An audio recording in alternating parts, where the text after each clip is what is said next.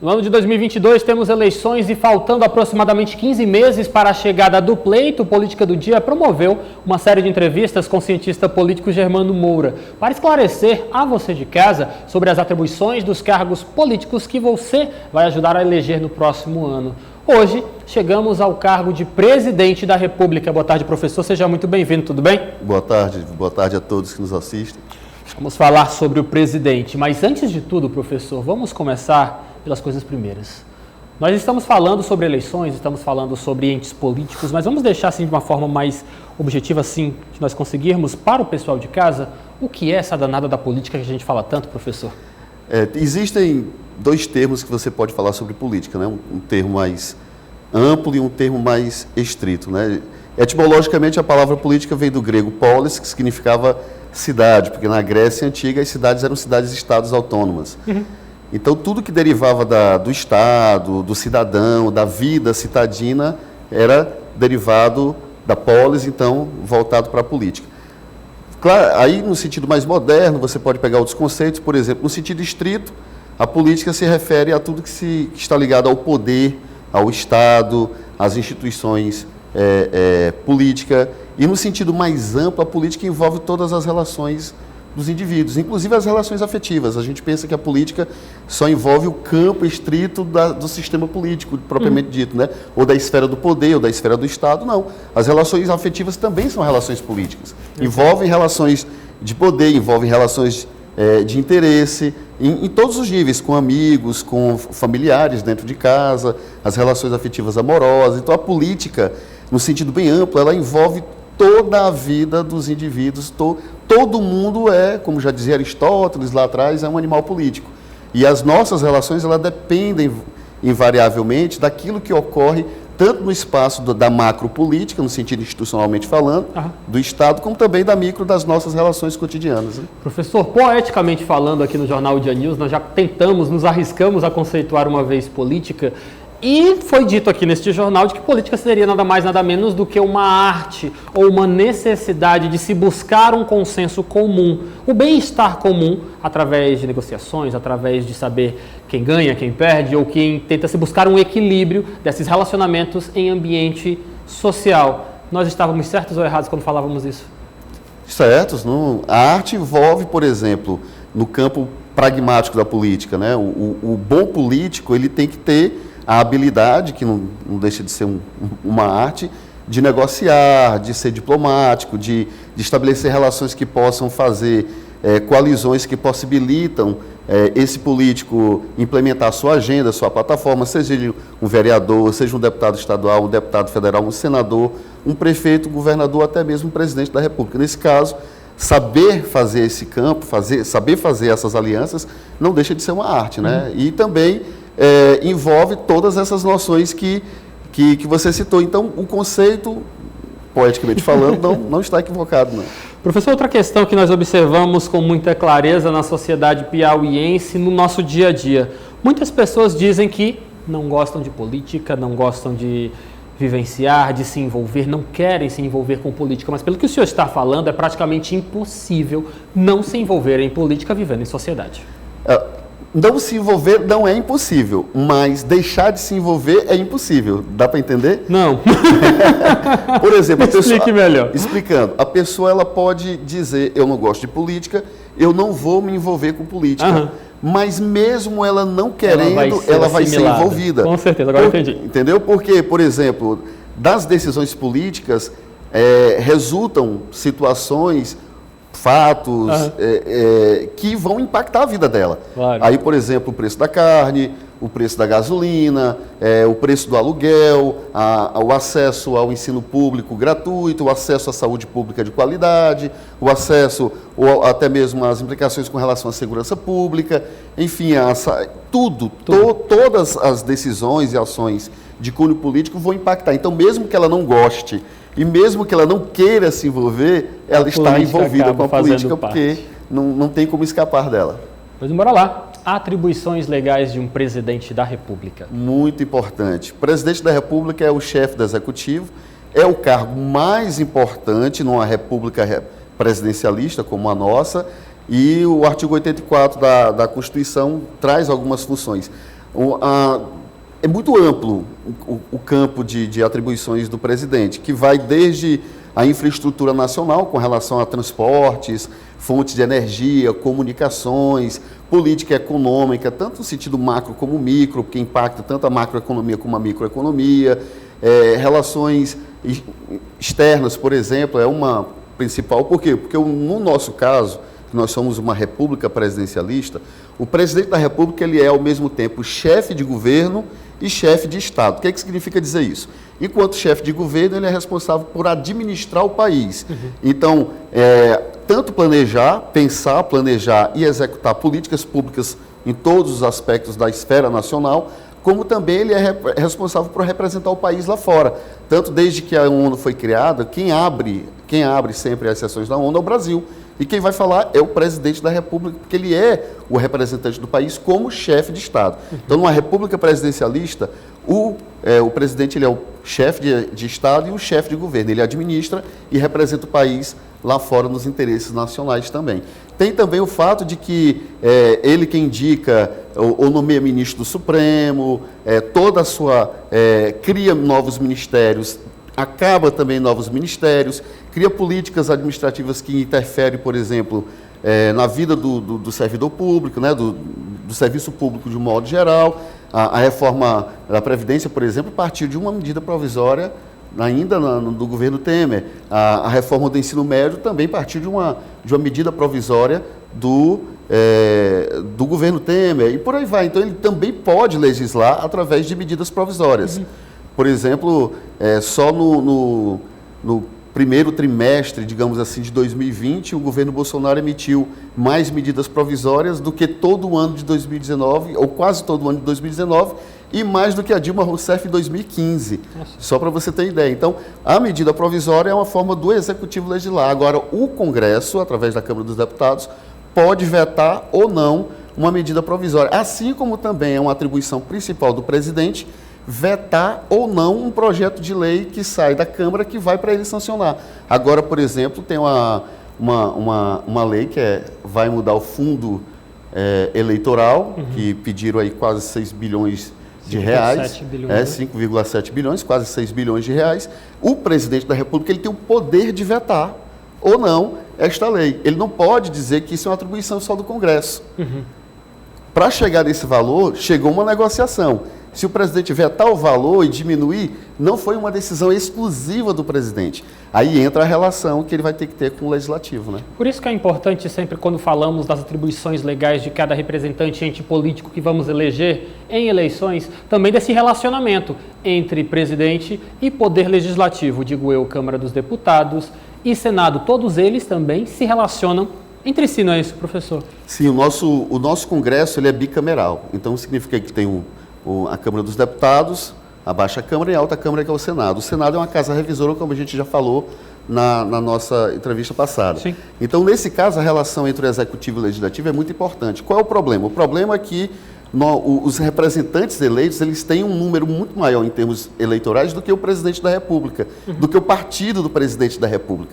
Então, ele não vai conseguir governar somente com quem foi aliado dele na campanha eleitoral. Ele precisa ampliar essa aliança, que no Brasil, o Sérgio Abrantes chama de presidencialismo de coalizão, que é quando, por exemplo, porque nesse mesmo livro, Presidencialismo de Coalizão de Sérgio Abrantes, ele coloca, olha, nós temos uma Constituição parlamentarista vigorando num sistema presidencialista. Então, ou seja, o parlamento tem muita força.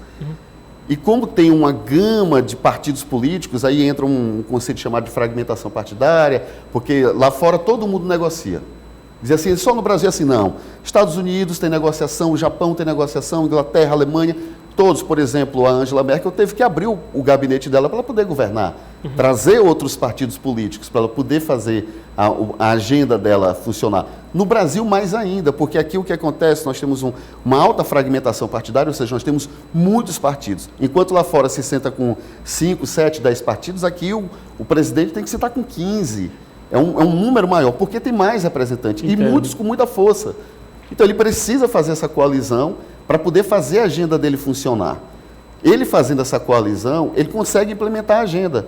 Por isso que é importante a relação do Executivo com o Legislativo, e deixando bastante claro, essa relação ela não precisa ser especificamente ou a grosso modo, como as pessoas entendem, baseado no toma lá da cá. Não precisa necessariamente ser assim. Um presidente eleito, como por exemplo foi o Jair Bolsonaro, com 57 milhões de votos, com uma legitimidade popular gigantesca, ele tinha uma legitimidade popular para ele fazer uma coalizão muito interessante. A primeira coisa que fez foi brigar com o próprio partido, com a base aliada dele. E isso quebrou um pouco a relação. Atritou com o Congresso Federal, com o Congresso Nacional durante muito tempo. Isso não pode acontecer. E atritou de forma muito gratuita, sem necessidade. Então, esse atrito prejudica não só a agenda de quem vai governar, como prejudica também o país. Porque é de responsabilidade do presidente ele costurar, ele fazer essa aliança. É obrigado. Governabilidade, professor, que a gente sempre tanto fala no jornalismo piauiense político. Todos os gestores do Executivo buscam sempre essa chamada governabilidade. E a governabilidade passa por essa relação com o Legislativo. Por exemplo, tanto o prefeito, o governador, como o presidente da República, quando ele vai implementar qualquer coisa, ele tem que mandar para o Congresso. Claro. A lei de diretriz orçamentária, a LOA, o plano plurianual, que são o que rege o orçamento tanto do governo federal como os demais entes, ele tem que mandar para o parlamento aprovar. E ele só aprova se ele tiver essa boa relação, se ele tiver uma boa base aliada dentro do parlamento. Então é obrigatório ele fazer essa coalizão. Quem for ser candidato a presidente e disser assim, não, nós não vamos fazer coalizão, nós não vamos fazer esse tipo de negociata, negociata não, mas você vai ter que negociar. Você vai ter que pelo menos conversar, vai ter que ouvir e falar. E não, vai ter que compor o gabinete dele. Mais do que isso. Ele tem que chegar, por exemplo, eu preciso do partido A, ele vai ter que chamar a gente do partido A para ser ministro, para ser secretário, ele vai ter que compor o governo dele. Senão ele não consegue governar. Essa composição ela é necessária para fazer aliança. Por quê? Porque as pessoas, esses partidos, eles querem fazer parte do governo. Lógico, porque vão ter acesso a verbas, vão ter acesso a projetos importantes, vão poder fazer a base eleitoral de quem está à frente daquilo ali. A política é feita disso, não tem como se desvencilhar disso aqui. Pode mudar quem quer que seja o presidente, mas o processo ele vai continuar assim, porque é assim que se faz, é assim que se processa. Agora, o método aí é outra história. O método de cada um fazer isso aí é outra questão. É outra questão. Professor Germano, muito obrigado. Foi um prazer lhe receber durante esses dias desta semana aqui falando sobre os cargos políticos que vamos eleger em 2022. Espero que essa realmente não seja a nossa última vez que vamos conversar, porque queremos o senhor aqui para falar cada vez mais de política, viu? Estamos à disposição. E lembrando, gente, olhem a plataforma de quem vai ser candidato, a agenda e ouça bem esses candidatos, porque isso é que vai garantir aquilo que vai nos governar durante os próximos 4 anos. Mais uma vez, muito obrigado, foi um prazer lhe receber aqui. E você de casa, com certeza, pode rever todas as entrevistas que nós fizemos com o professor Germano, acessando o portal odia.com na aba da sua Odia TV. Enquanto a gente monta aqui a participação dos nossos comentaristas, eu vou chamar o nosso primeiro assunto e daqui a pouco eu volto com a opinião de João Magalhães e de Eliezer Rodrigues. Mas agora eu quero apresentar para você de casa porque após expulsão do Democratas, o vereador de Teresina, Marquinhos Costa, avalia os convites que tem recebido de outras siglas e deixa até perceber que está cada vez mais próximo do MDB. Vamos acompanhar o que ele disse sobre esse assunto. Daqui a pouco voltamos com os nossos comentários direto do nosso estúdio. Eu sempre digo que eu sou muito grato a Democratas, na nossa eleição. A gente também foi muito importante naquele momento, naquela formação de chapa, onde a gente foi essencial para fazer os 2 vereadores, algo inédito no Partido Democratas. Mas eu tenho gratidão, mas agora o Democrata é uma página virada, a gente tem que olhar, tem que seguir em frente, pensando sempre na população de Teresina. A população não quer mais saber quem é oposição, quem é a situação. A população de Teresina quer trabalho. Então, a gente recebeu alguns convites, a gente fica muito satisfeito. Convite das principais siglas. A gente recebeu o convite desde siglas de oposição à situação. Ontem mesmo a gente esteve conversando com o presidente Jeová, com o presidente Temístocles, a respeito do convite do MDB, conversou com o deputado Georgiano, nos convidou para ingressar no PSD. E a gente está avaliando, a gente vai esperar esse período de reforma política.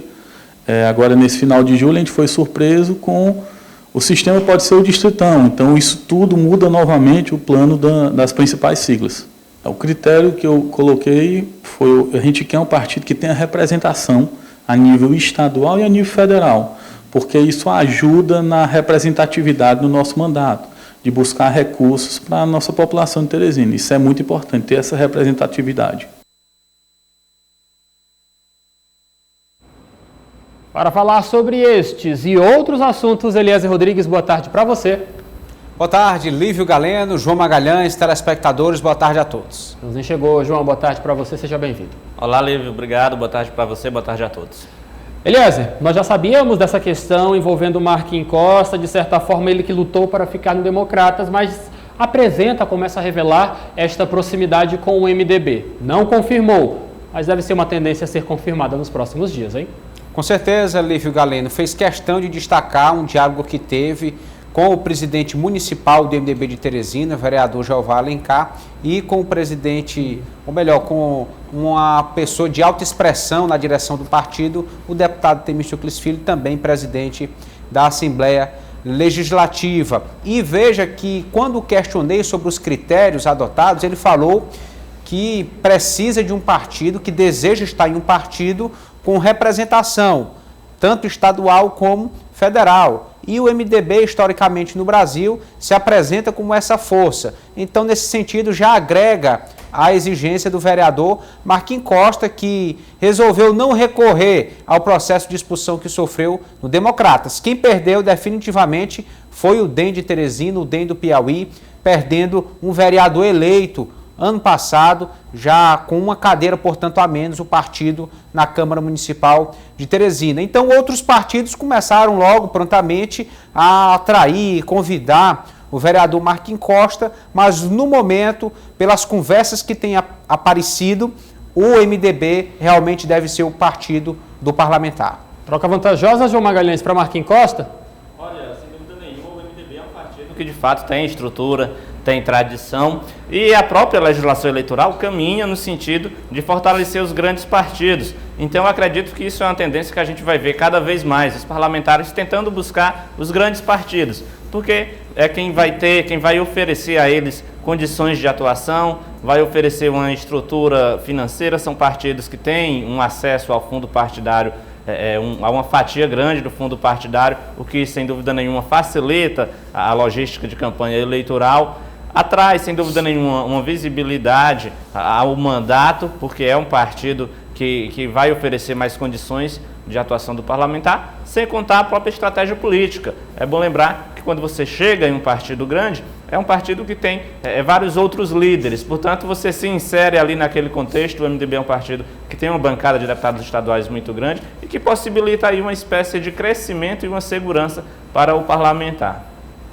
Eliezer Rodrigues, é também interessante analisarmos sobre esta intenção de crescimento político de Marquinhos Costa. É um político estreante, está estreando na Câmara Municipal de Vereadores de Teresina, mas não está estreando de qualquer jeito. Está estreando, mostrando já que deseja se planejar para alcançar uma viabilidade política maior, visibilidade também maior. E é claro, o MDB talvez seja este espaço para que os planos políticos de Marquinhos Costa sejam realizados, hein, Eliezer? Com certeza, Lívio, todo político, todo mandatário deseja em algum momento ter uma ascensão em sua carreira, em sua trajetória. À medida que tem a oportunidade de prestar um serviço, de fazer um trabalho, tende a ganhar aprovação ou reprovação. Mas, em regra, buscam uma aceitação cada vez maior da população, buscam realmente agregar esse capital político para, em eleições futuras, se manterem na posição em que estão ou venham a ascender a cargos eletivos de maior representatividade, como no caso do deputado estadual, deputado federal, enfim. Eu acredito que esse projeto também possa estar aí sendo traçado pelo vereador Marquinhos Costa. Quando toquei nesse aspecto de candidatura próximo ano, ele deixou claro que não pretende ser candidato. Mas sabemos que a situação pode surgir. Para ajudar o partido, para ajudar o grupo político, é possível que ele, como vereador, venha a ser candidato a deputado. Ainda na Câmara Municipal de Vereadores de Teresina, o vereador pelo PT da capital do estado do Piauí, Edilberto Borges, Dudu, comenta a reunião da CPI do transporte público realizado nesta semana. E também, João Magalhães, vem avaliar para a gente uma declaração do deputado Franzé de que a vaga mais cobiçada para a chapa de 2022 das eleições que se aproxima vai ser a de suplente do senador Wellington Dias, que pode se candidatar ao Senado. E se alcançar o Senado, já de certa forma é visto como pelos seus aliados como possível ministro brasileiro. Vamos acompanhar o que disse Dudu sobre esses dois assuntos. Nós estamos debruçados na análise bancária, na análise contábil, e precisávamos ter essa reunião para que a gente possa estar dando os passos seguintes. E deliberamos que temos que aprofundar mais ainda as investigações. Muitas questões que estão nos anais da CPI, confrontada com o que foi dito, com o que está chegando, precisa de outros instrumentos para que a gente possa ter à luz essas informações que está tendo, na minha opinião, muitas contradições. Então, nós deliberamos hoje que todo e qualquer instrumento necessário, quebra de sigilo, enfim, outros mais necessários, a CPI decidiu que a gente possa estar tocando isso. Para quê? Para que a gente possa trazer à luz as informações, para que a gente possa elaborar este relatório condizente com a realidade. O deputado Franzé, do Partido dos Trabalhadores, avaliou que a vaga mais disputada em 2022 será de suplente do senador Wellington, considerando a expectativa de eleição de Lula e de que o governador Wellington possa se tornar ministro. Aí abriria essa vaga para o suplente. O senhor concorda com essa linha de pensamento? Eu concordo que a gente precisa trabalhar muito esse ano de 2021, sobretudo para avançar na vacinação da população. O governador Wellington Dias tem feito um trabalho brilhante nesse quesito, é uma referência hoje nacional. O Piauí, mais uma vez, demonstrando para o Brasil e para o mundo que é um estado que está bem gerenciado, um estado que, apesar da crise econômica, está passando essa travessia difícil bem. E 2022, com certeza, o reconhecimento da população do Brasil, que hoje já aponta o Lula como franco favorito, não é à toa, é por dedicação e por muito trabalho. Obviamente que nós também teremos aqui o Rafael como nosso candidato a governador e o governador Wellington Dias, com certeza, um nome para o Senado. E esse conjunto de homens e mulheres que constrói esse campo democrático popular para o Brasil e para o Piauí, com certeza é um campo fértil para que a gente componha, com esse conjunto de partidos de liderança, uma chapa forte, onde todos serão contemplados. A vaga de A, de B ou de C, eu costumo dizer sempre, eu aprendi isso com o governador Wellington Dias, com muita humildade. Nós não estaríamos onde estamos se não tivesse esse conjunto de partidos, do PSB, do MDB, do Solidariedade, construindo esse time aqui no Piauí e com certeza apontando para esse time no Brasil. Precipitado, Dudu, hein? Vamos lá, João Magalhães, o que você acha? Vaga mais cobiçada para 2022 na chapa governista de suplente do possível candidato Wellington Dias? Sem dúvida nenhuma, é um espaço que vai chamar a atenção e ser buscado por vários partidos. É bom lembrar que lá em 2010, quando Wellington Dias disputou o Senado, ele levou como primeira suplente Regina Souza, que passou aí 4 anos no mandato de senadora, e agora há uma expectativa aí nos bastidores, principalmente dentro do Partido dos Trabalhadores, de que em caso de vitória do ex-presidente Lula ano que vem, a Wellington Dias seja aí uma das principais nomes do governo, ocupando provavelmente um ministério. Mas essa discussão, é bom lembrar, ela é feita nos bastidores, porque quando a gente passa isso para o público, ou pelo menos quando o Partido dos Trabalhadores tenta passar essa mensagem para o público, dá a impressão de que o partido está andando, está colocando o carro na frente dos bois, né? Já ganhou, hein, João? Está fazendo aquela história de dividir cargos sem ainda sequer ter passado pelo processo eleitoral. Mas a gente sabe que, sem dúvida nenhuma, e o vereador Dudu pontuou mais ou menos neste sentido, né? Agora, sem dúvida nenhuma um espaço que vai ser disputado, inclusive por vários partidos da base governista. Não tenho dúvidas de que Solidariedade, PL, o próprio PSD entrem aí numa espécie de confronto interno, tentando ocupar essa vaga de primeiro suplente do senador Wellington Dias. PL já declarou que tem interesse na vaga, PSD diz que esta vaga ofertada, possivelmente ofertada, supostamente ofertada pelo Partido dos Trabalhadores, não interessa Eliezer Rodrigues. Pois é, Lívio, para alguns partidos não é interessante, porque essa ascensão de um suplente ao Senado, caso o senador seja eleito e seja convidado ao ministério, isso depende da eleição do presidente da República defendido pelo grupo. Veja a complexidade que envolve os fatores que são exigidos aí, então o campo da incerteza aumenta, mas é uma projeção viável, possível.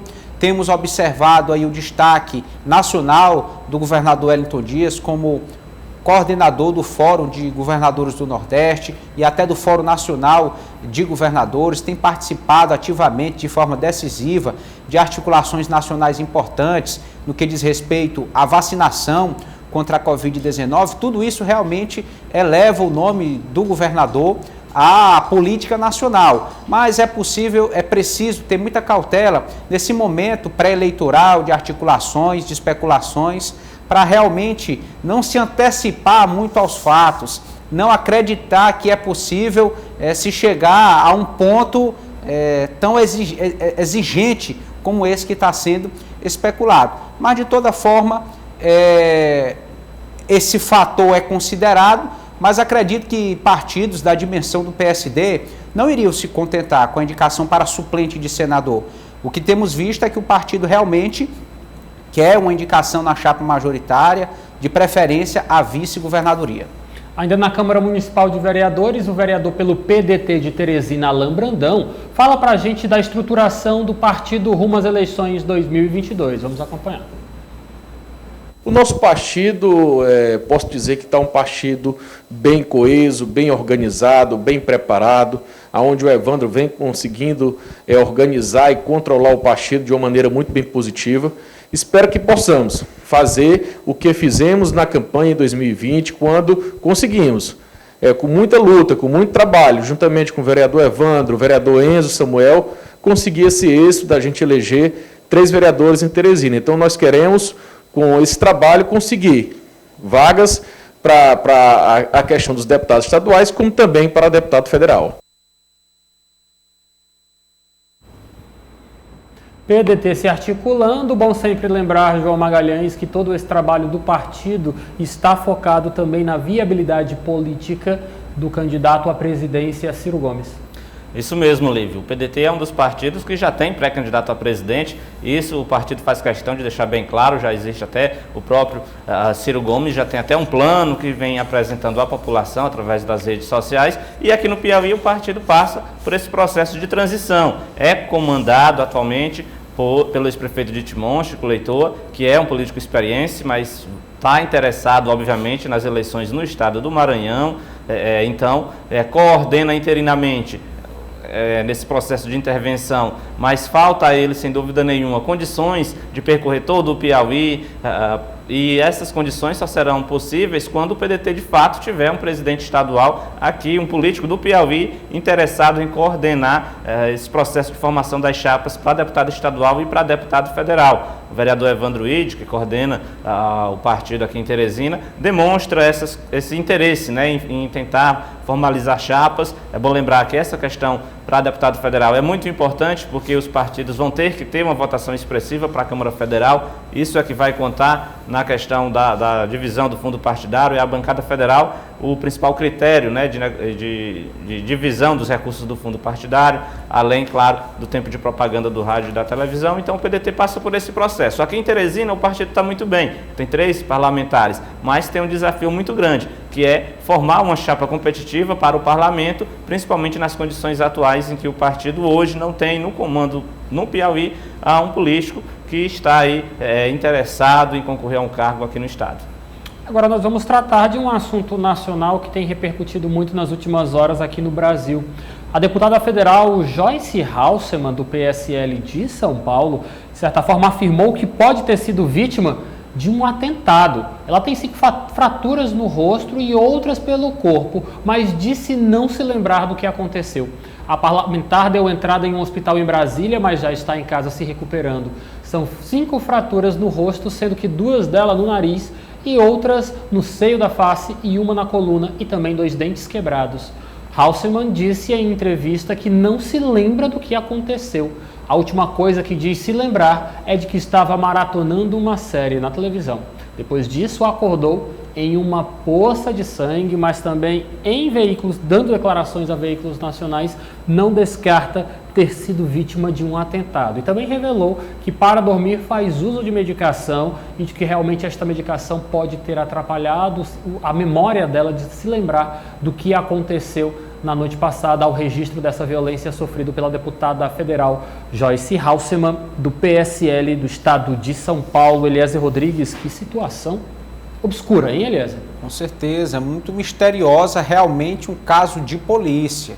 Veja que a vítima envolvida, uma mulher altamente esclarecida, empoderada, não sabe relatar o que de fato aconteceu. 5 fraturas no rosto, uma na coluna, muito sangue perdido aí com esse acidente ou atentado, não é possível afirmar nada.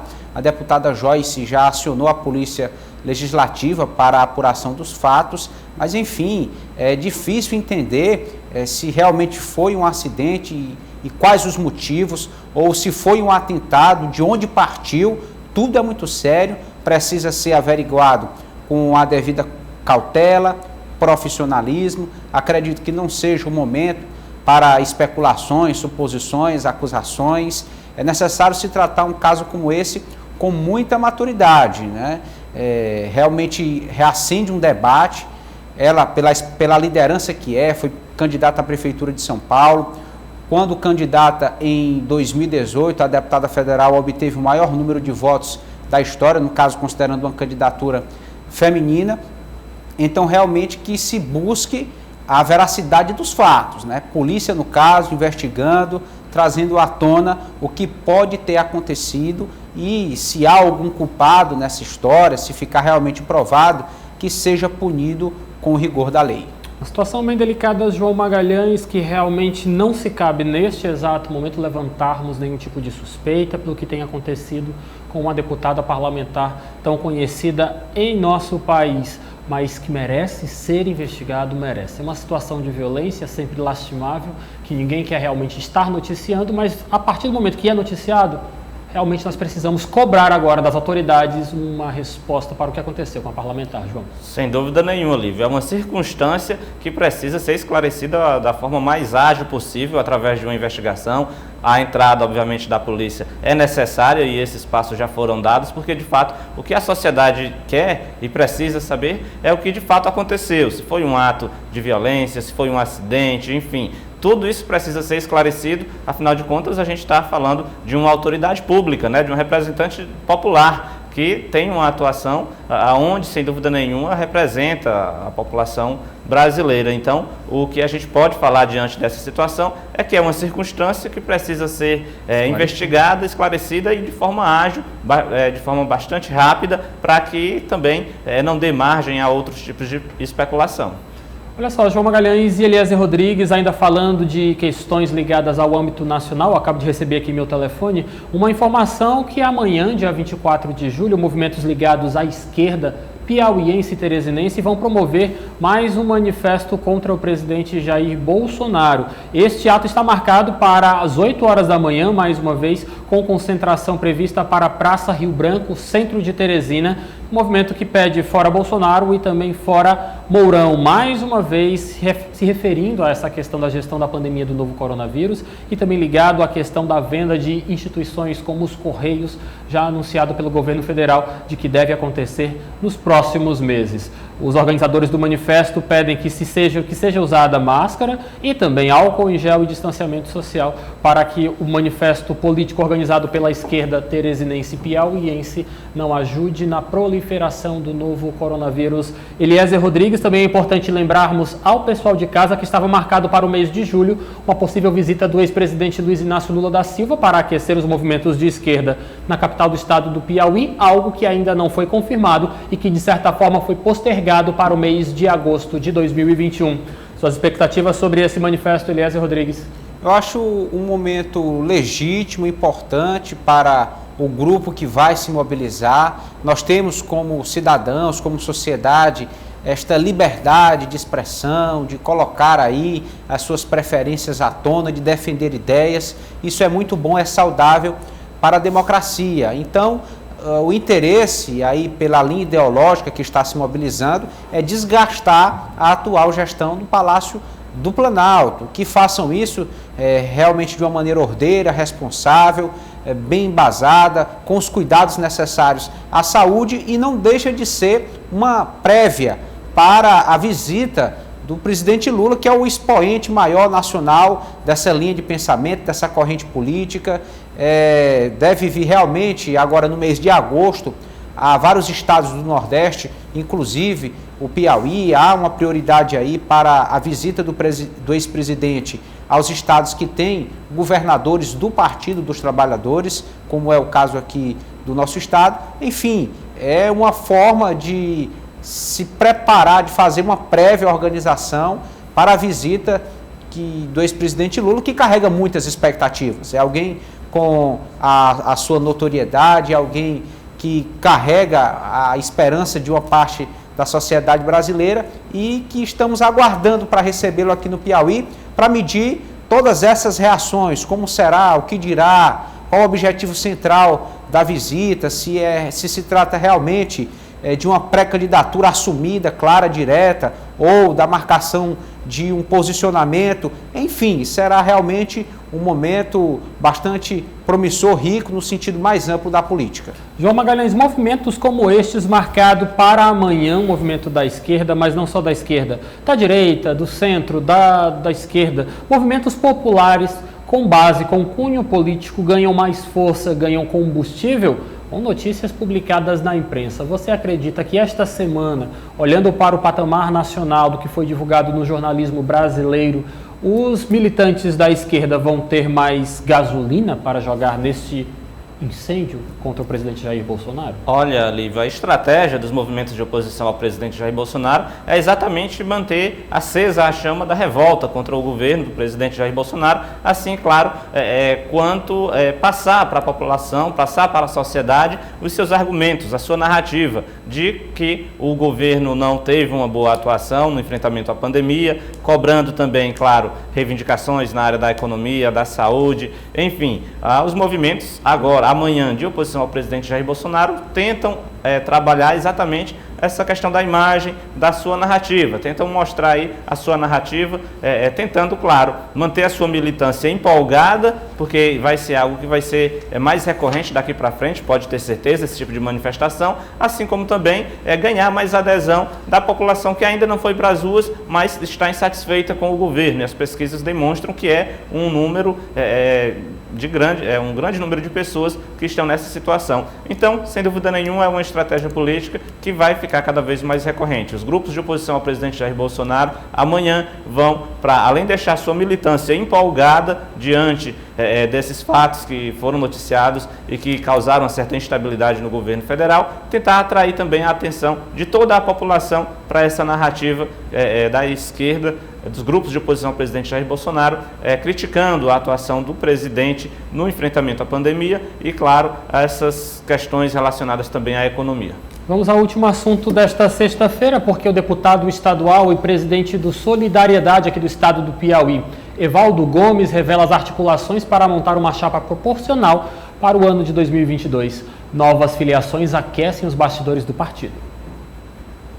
Não tenho dúvida. Muitos diziam que a Marina ia sair do partido, que não ia disputar a reeleição pelo Solidariedade.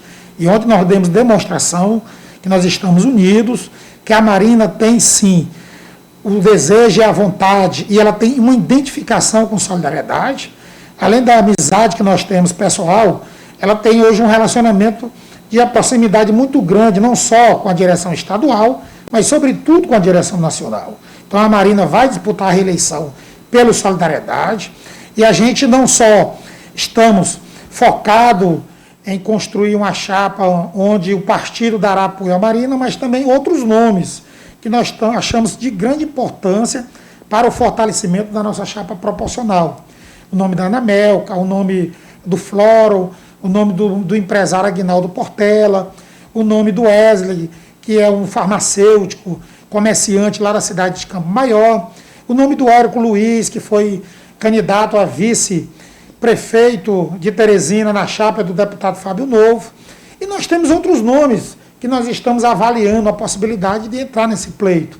Nós temos aí 2 nomes que, quem sabe, a gente possa aí, até o mês de setembro, mês de outubro, ter essa decisão.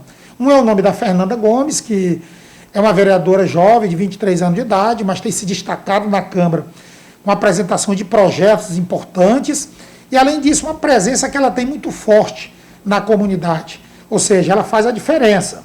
Com todo respeito aos demais outros vereadores, mas eu posso dizer que nesses 6 meses de mandatos, ela tem se destacado muito no Parlamento Mirim, que é a Câmara Municipal de Teresina.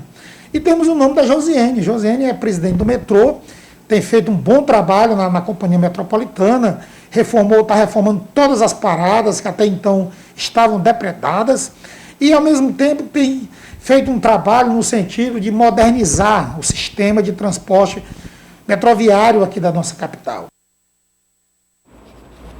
Solidariedade se movimentando, João Magalhães revelando que essa estratégia de atrair nomes mais competitivos deve ser uma máxima até 2022. Olha, é um processo de articulação que tem que ser feito realmente com bastante antecedência e Evaldo Gomes demonstra aí, já demonstra claramente os nomes que estão chegando ao partido. Não tem, assim, um político de grande expressão que está chegando à Solidariedade, mas são nomes competitivos e que podem, sem dúvida nenhuma, serem verdadeiras surpresas no processo eleitoral do ano que vem. O partido se esforça e caminha neste sentido. E Marina Santos fica, viu, João? Pois é, mais uma informação aí do deputado Evaldo Gomes. É bom lembrar que a deputada Marina sempre, nos bastidores, havia esse comentário de que ela poderia sair de Solidariedade, poderia não concorrer à reeleição, mas agora o deputado Evaldo Gomes vindo a público dizer que a doutora Marina fica no partido e concorre à reeleição ano que vem. Eliezer Rodrigues, também é interessante destacar da fala do deputado Evaldo Gomes a defesa, é claro, do perfil de Fernanda Gomes. É um nome que tem se destacado no Parlamento Municipal de Teresina e que realmente pode ser uma surpresa. É uma jovem bastante diferente nesse cenário político atual, muito engajada, focada, parece muito adaptada à situação de representante, tem buscado realmente estar junto às comunidades, prestando um bom serviço e tem seu nome sim ventilado já a uma pré-candidatura a deputada federal. Sabemos que todos os partidos, Lívio, eles precisam apresentar a cota mínima de 30% de candidaturas femininas e tem que utilizar pelo menos 30% do fundo partidário recebido nessas candidaturas das mulheres. Então, infelizmente ainda não é fácil encontrar mulheres com perfil de liderança interessadas em se candidatar. Nesse contexto, o nome de Fernanda Gomes é potencializado, é lembrado, mas não há confirmação ainda da parte dela, especialmente. É uma análise que faço observando os nomes que o partido conta, observando como funciona a legislação eleitoral, que fatores favorecem, que fatores são necessários para engajar um partido. Então vejo no nome dela realmente um potencial para alavancar o nome do Solidariedade. Não tem nada a perder, pode, como vereadora, continuar e ser candidata, se não vencer a eleição, continua na Câmara Municipal de Teresina. Obrigado, Eliezer. Bom descanso para você até segunda-feira. Obrigado. Boa tarde, Lívio, João, telespectadores, até segunda-feira. Sextou, João? Pois é, Lívio. Boa tarde para você, boa tarde a todos. Bom fim de semana e até a próxima segunda-feira. Este foi o nosso quadro Política do Dia.